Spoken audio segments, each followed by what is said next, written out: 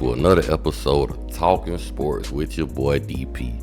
And this your boy DP here with you, man. And we're going to talk about these college football playoffs, man. And we're going to get into the national championship game. Yes, people, it's finally here. It was an interesting playoffs. And to me, the playoffs, I feel like it was a success, man. Everybody got a chance to have a chance to make some plays, go out there and compete, and go out there and make it to this game, which is the Natty. But Notre Dame took care of business, and Ohio State took care of business. Now I want to talk about the semifinals, if I'm saying that correctly. You feel me? All I know is the game before the Natty. That's how I feel. But we're going to talk about that before I talk about the actual national championship game and who I'm rooting for. Well, I ain't necessarily say rooting for, but who I'm picking in the national championship game. But first thing first, Notre Dame versus Penn State. Notre Dame to beat Penn State 27-24. What a game.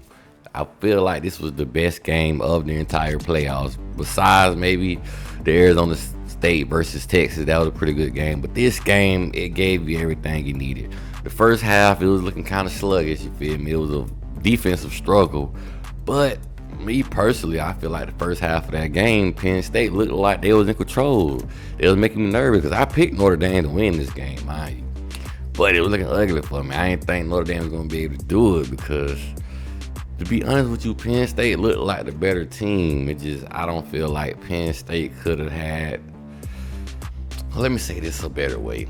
I don't feel that Penn State had the best passing attack to really threaten Notre Dame and make them respect the offensive game plan.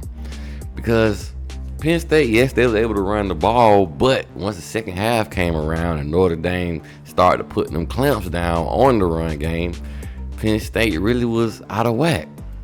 And they managed to make some plays here and there. And luckily for Notre Dame, Penn State did kind of shoot themselves in the foot with opportunities like Nick Singleton dropping that early touchdown pass. It should have been 7 instead of 3 early in the game. That right there was a big factor, I feel like, also, and it kind of hurt the Nittany Lions because the Nittany Lions defense was going out there playing aggressive, and kind of some unlucky plays on their behalf happened. Like, I want to say the passing touchdown for Notre Dame, the wide receiver Greathouse received, the defensive back fell down. I don't know if he slipped or whatever, got his foot tangled up, but he fell down. It was an easy, breezy, beautiful touchdown for Notre Dame. So, I think they tied the game up at that point. And what I will say, I will give credit to Notre Dame, though, for taking advantage of the opportunity they was given, because they was given a lot of opportunities in this game to stay in this game and to win this game. Drew Aller, I've said this before, he is not a first-round caliber quarterback, not even the first 3 rounds if you ask me. But he is serviceable. He is a serviceable quarterback, nonetheless. I feel like, Penn State fumbled the bag, man. James Franklin couldn't get it done. A lot of people, saying he can't get it done in big games. I feel like up to this point, every game was a big game. Because if he'd have lost to SMU, they would have saying, you can't win a big game. If he'd have lost to Boise State, you can't win a big game. It would have been that narrative no matter what game he'd have lost in this situation. But shout out to Coach Marcus Freeman from Notre Dame. Way to go. Way to get your team to the Natty, man. Way to get the job done.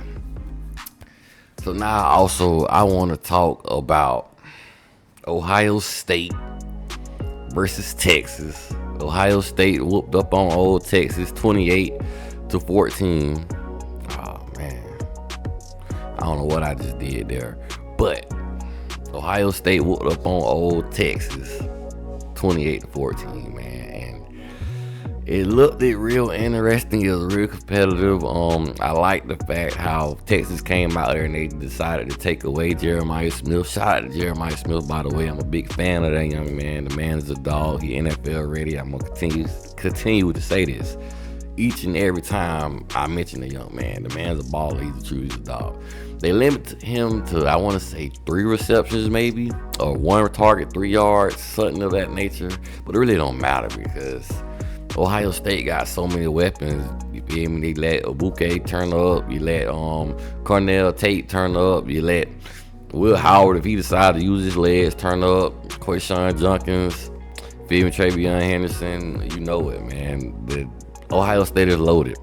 And the defense is playing aggressive. They was all after Quentin Ewers in that game. Quentin Ewers really couldn't get comfortable in that game and make solid decisions because Ohio State was giving them all kind of different looks, and it was bringing a lot of pressure, and the pressure was getting to Quentin Ewers in this game. And I also picked Ohio State to win this game. I picked Ohio State to win the whole thing, to be being honest, because they just that dominant this year. I can't lie. They got the pieces, and they got the right pieces to make this recipe be successful to win a natty, if we're being honest, man. So with that being said, quick little recap over the games that happened. You feel me? The semifinals, if I said that correctly. I don't know. All I know is, like I said before, the game before the natty. But let's get into it, man. Let's get into it. Ohio State 13-2 in a national championship game against Notre Dame Fighting Irish 14-1. They got Ohio State at 8-point favorite. Now, usually I come on here, give you stats and this, that, and third. I'm not giving no stats this game because we already know what these teams are. And at this point, the stats are out the window. It don't matter what you've done in the regular season, what you've done in any game before. This is the last game of the year. This is the biggest game of the year. This is the national championship. This game is going to be all about who wants it more. Who is going to give that extra inch? Who is going to give it their all to win the battle? For me personally, I feel like this is a David versus Goliath situation. Even though these brands, Ohio State and Notre Dame, they are historic, known football brands. A lot of football history amongst both of these brands. I feel like Ohio State is the Goliath and Notre Dame is David. Feel me? I feel like they are the smaller team coming in this matchup. They don't have as many as 5 stars as Ohio State have. I feel like it's a talent gap. Not a huge talent gap, but I do feel like it's a talent gap there. Because me personally, I feel like Notre Dame barely escaped the game with Penn State. And the team that they finna play now defeated Penn State, and they have a better defense than Penn State, one would say, and they damn sure got a better offense than Penn State. And that's Ohio State, man. They are elite in too many places, and I don't know if Notre Dame has enough firepower for that, because these guys, they can run the ball and they can throw the ball. They got elite, deadly running backs. They got elite receivers all across the board. And if Will Howard decides to utilize his ability to run, this is going to be a tough battle for Notre Dame. I don't see, well, me personally, before I say I don't see a path to beat it, I do see a way that Notre Dame can win this game. But they're going to have to try to keep this game close. They're going to have to try to turn this thing into a dogfight. Do not let Ohio State come out there firing, you feel me, and just taking over the game, taking the momentum of the game and putting it in their favor. Because if you do that, you have no chance in this game. Because they're more than likely not going to give you that momentum back. And Riley Leonard, listen, use your legs to the best of your ability in this game. You got to use your legs. Make them respect your passing, but they got some DBs back there like Caleb Downs and etc., man, that's ready to pick that ball off and are hungry. They got linebackers flying around. Jack Sawyer, I think that's his name, and I don't know how to pronounce the other guy name, number 44, with all the T's and the P's and the L's and the U's, you feel me? But you know who I'm talking about. The D-line for Ohio State is ready. They've been ready since the playoffs started, man. I seen a different team out of that Ohio State Buckeye unit than I've seen from the beginning of the season. They hit the switch to playoff mode, and they look back since. Now, it was a little funky in the Texas game, but I ain't see them boys break no sweat, none whatsoever. So, with that being said, you feel me? I'm picking Ohio State to win this game.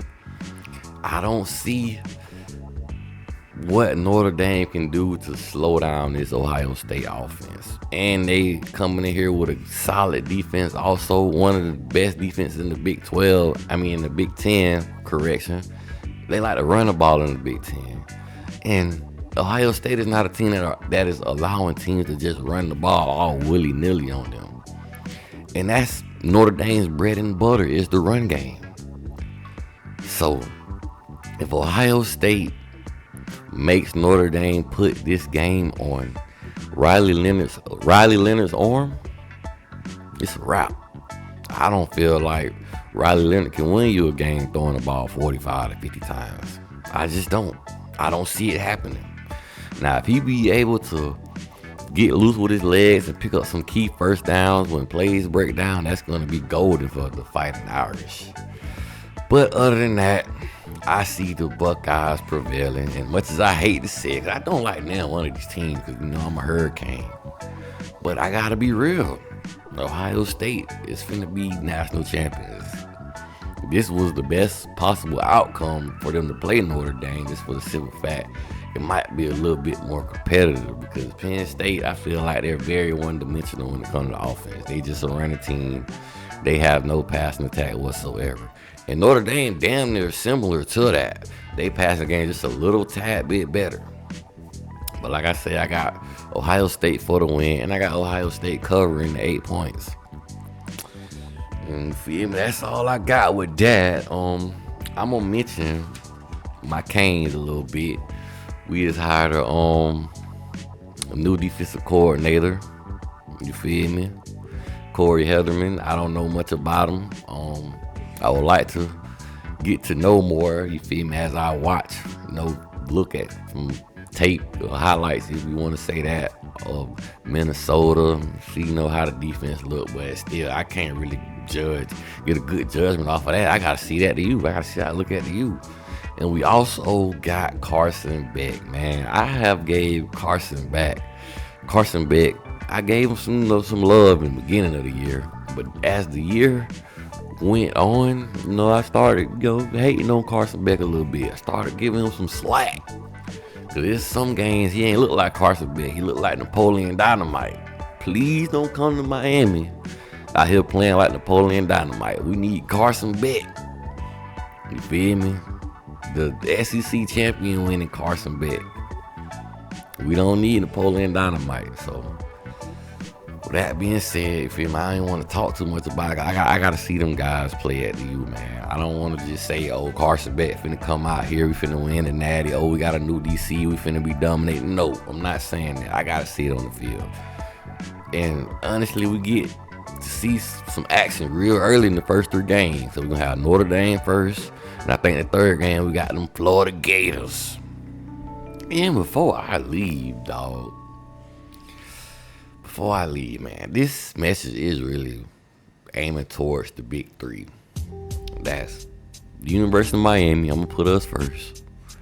The Florida Gators and the Florida State Seminoles FS Pool. These 3 universities got to get together, dog.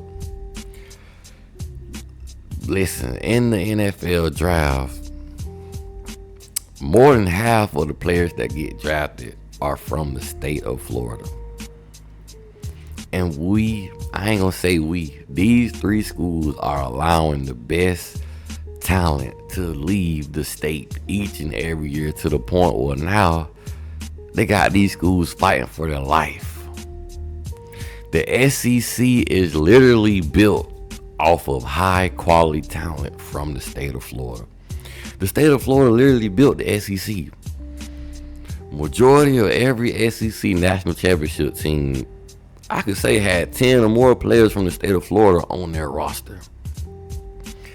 And Miami, Florida Gators, and Florida State continuously allowing the top talent to leave the state. Now, we looked up as far as Mario Cristobal getting Reuben Bain, but we missed out on so many others, man. Jeremiah Smith in Ohio State making a name for himself. Amari Cooper, Calvin Ridley, so on and so forth.